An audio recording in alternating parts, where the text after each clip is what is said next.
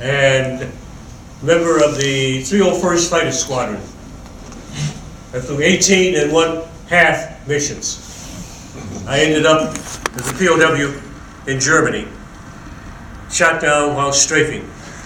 9 months, came back, became an instrument instructor at Tuskegee, got out in 46 and became a school teacher in Detroit. I fought Mama's dear little snotty-nosed brats for 35 years. I had a damn good time. Don't get me wrong. I enjoyed it. Retired from the reserves in 1969 as Lieutenant Colonel. Real short and to the point. That's me. Next. My name is Frederick Henry. I'm original Tuskegee Airman. I'm not an officer, I was an MP and eventually a cook. The reason I got to be a cook because I had flat feet and I couldn't keep up with the rigorous training that they had for the military policemen. I was sent to St. Louis for cooking school, and I come back to Tuskegee and was sent to Florida for a period of time and back to Tuskegee. I'm the lowest man on the totem pole. These people are officers. I was a PFC. And ratings were frozen. I could have been more than I was, but I couldn't get the rating. But I'm glad to have been a Tuskegee Airman. I didn't go overseas. I had no medals. I'm just a Tuskegee Airman. Thank you. The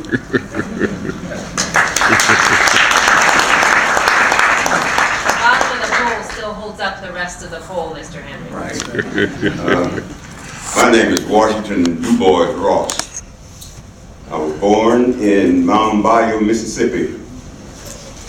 I was the fourth son in a family of 5 boys and 1 girl. My sister and I are the only 2 that are alive today. I grew up in Ashland, Kentucky. If you're not acquainted with Kentucky, Ashland was the headquarters for Ashland Oil at one time. They didn't do much retailing, they did exploration and wholesale. I went to high school, of course, schools in South, when I grew up, were all segregated. I went to high school at Booker T. Washington Elementary School in Ashland. I went to high school in Ironton, Ohio, which is desegregated. I went to college, Hampton Institute, now Hampton University, one of the premier universities, I didn't say black, premier universities in the United States.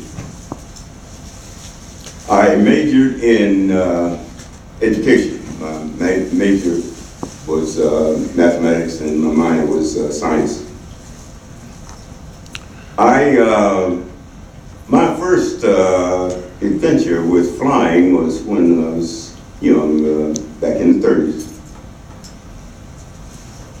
The barnstormers used to come through and with the airplane and they'd land, and these barnstormers had a Ford tri-motor. I don't know how many of you are acquainted with the Ford tri-motor. If you haven't seen one, the Ford Museum down in Detroit has one. They were built back in the 20s. My sister and my youngest brother and I went over to the field to get this ride in the Ford tri-motor. The fare was a penny a pound. And it was on a Sunday. That was the first hour. It started out penny a pound. The second hour, it went up 100%, 2 cents a pound.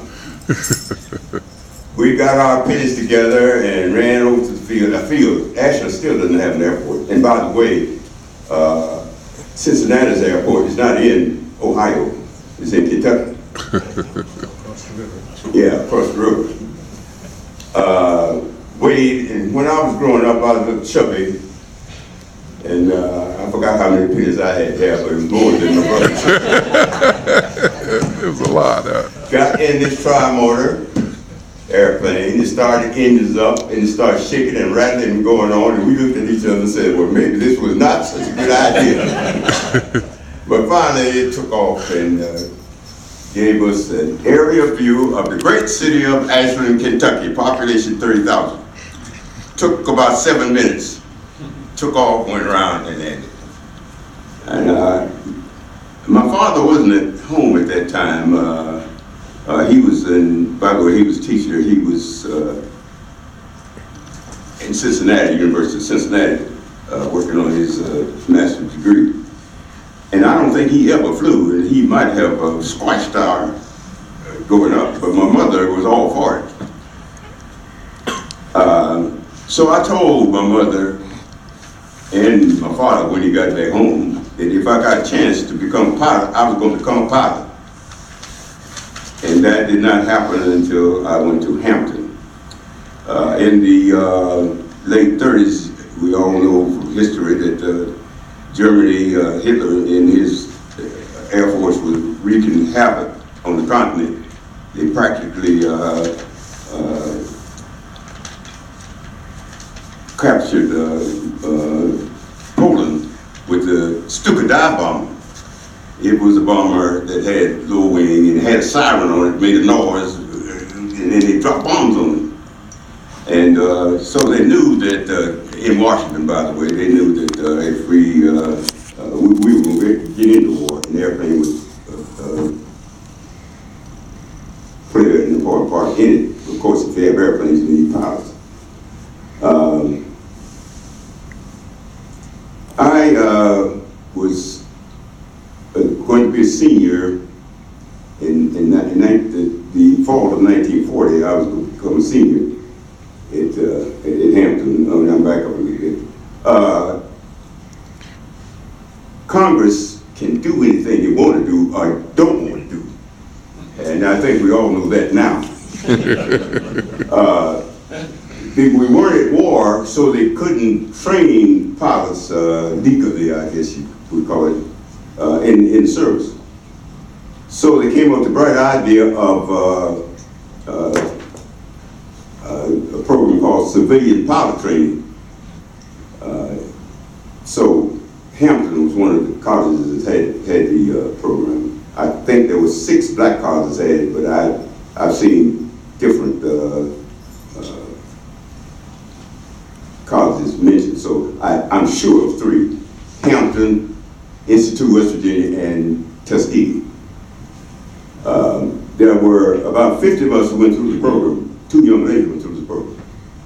1940. Got their pilot's license. I had my pilot's license before I had my driver's license. I didn't say I didn't drive, but it wasn't legal. Then when I went to the draft board, they deferred me, and I went back home, and I said, well, now, they can't find me in this other town called Ashland, Kentucky. I was thinking people had a telephone wrong. I was there about 2 weeks, and I got another card, report to the draft board. I told my parents, I said, I got to get out of here because they're on my case. I had 2 brothers and uncle and aunt in Washington, D.C., so I said, oh, I'll go to Washington. I'm sure they can't find me there. Well, it took them a little longer, I think 3 weeks, and get this card. Well, make it short, I got a letter from Hampton that asked me would I be interested in taking some advanced courses and teaching some classes. This was my hour. And my uncle had a fleet of taxis, a fleet of 3, and my oldest brother drove one of them, and he flew me down on the road back down to Hampton. And there I saw posted that they were training blacks at Tuskegee for cadet training. And I took the test, both the written and the physical. And by the way, does anyone know, it was at Langley Field, does anyone know what's peculiar about Langley Field? Never been there. CIA. Oh, Langley.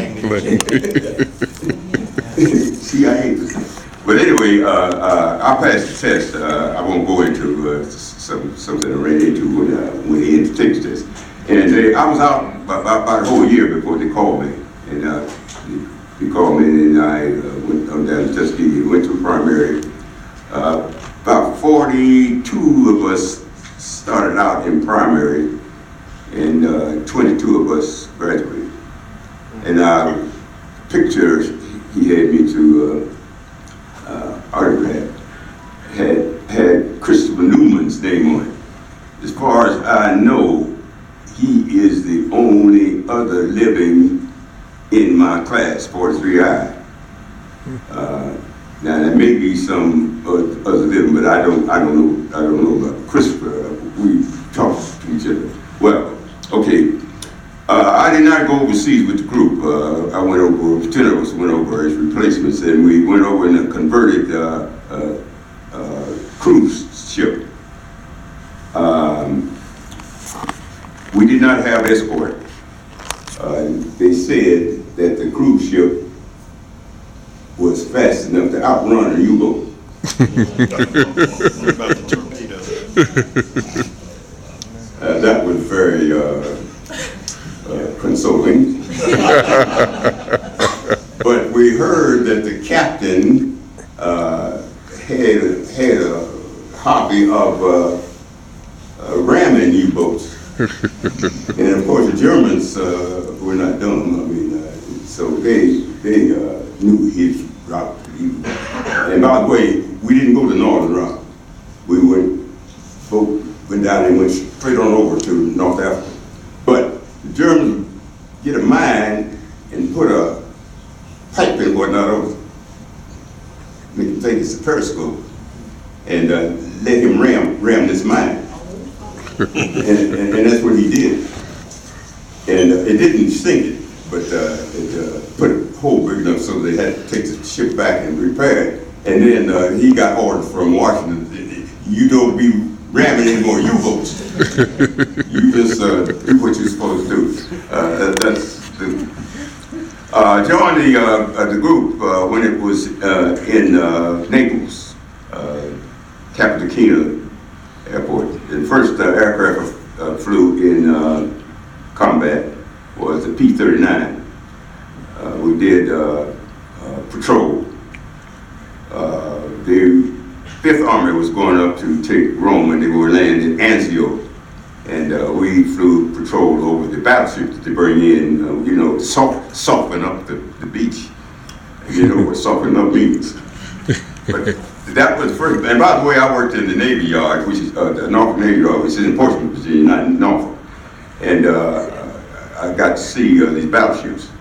But I hadn't seen a gun fire, a 16-inch gun fire, till I went overseas. And that thing comes out there really hot, land on the beach. And I understand that, I didn't check that, we didn't have all this technology we have today that you can, you phone and find anything you want to find out. But I heard that each time one of those went out, $10,000 went out. Battleship has, I think, about 9 guns. So 9 times 10,000. Well, you got math. War is hell. I mean, don't think anybody tell you war is glorious, glamorous. It's hell. And those soldiers on that beach, I mean, those hit them. I mean, but anyway, they declared Rome an open city, and they did not destroy it. It would have been a sin that readers had thrown the city up, really. I flew 63 missions altogether. And by the way, the mission that Colonel Justice was on, I was on the same mission. I was in different squadron, I was in through second, he was in through first, and we had different assignments. And actually, I didn't know what was going on. It's strafing, one of the most dangerous missions you could go on for a fighter pilot.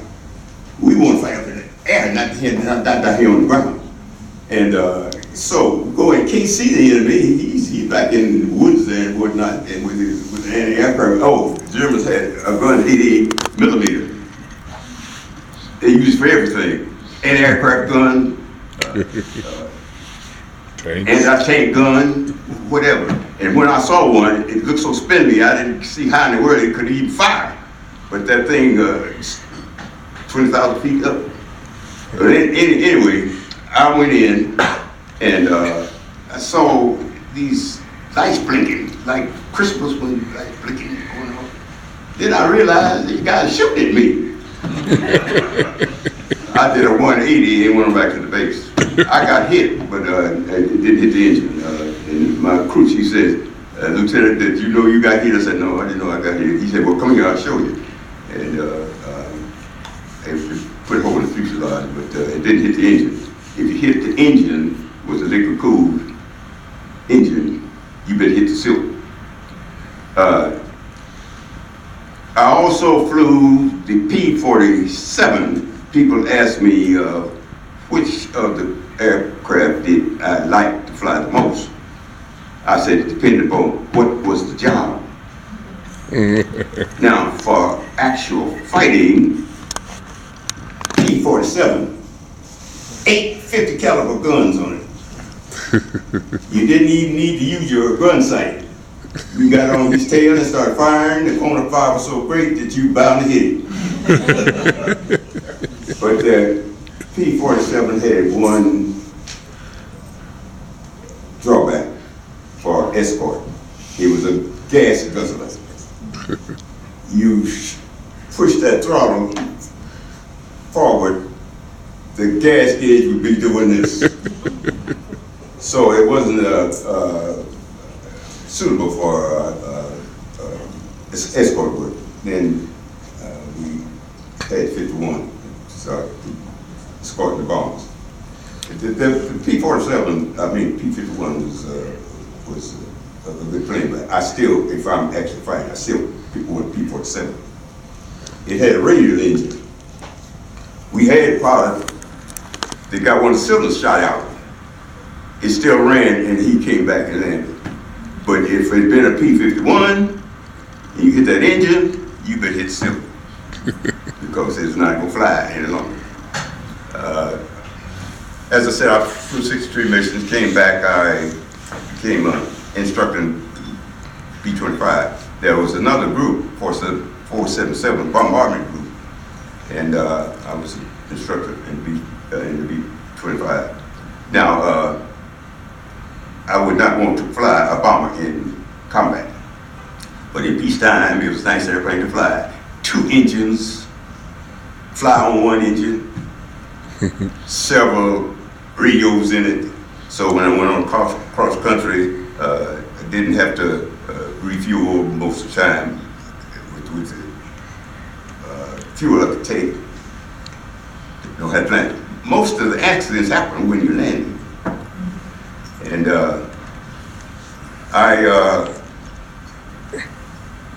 was discharged in 1947. Well, I wasn't actually 47, 46, but I had enough time. It went into 47, and I went to Detroit. By the way, I had to tell them something about Detroit. When I was growing up, the newspaper, Ashland Daily Independent, would have headlines just about this tall. Purple gang kills 50 more. And I said, who in that world would want to live in Detroit? And where did I end up? In Detroit. In Detroit. I applied tried to apply for Detroit Public School System, but they wouldn't hire me. They weren't too particular about black males teaching in in high school. Now, my degree was in secondary, not primary. So I went into the post office. I was in there 10 years. Then I went back down. I was going to sub. And I had a friend tell me that you would not sub one day. I said, well, I got a job. I'm not going to be worried about it. If you don't hire me, I'm not going to be worried about it. And she was right. They hired me. And why did they hire me? In '57, what happened overseas? Russia put Sputnik up first. And America was embarrassed. And then mathematics became important in the school system. And that's how I got hired. I've forgotten who was the, in Russia at the time, but I should have written him a letter. Thank you for putting Sputnik up first. I got a job for the school system. I was in the reserves. Of course, it was the Air Force when I retired in 1981 with the rank of lieutenant colonel. I retired from the school system in 84 rather. And I have been retired almost as long as I worked in the school system. Next year it will be the same number of years. Thank you. Thank you.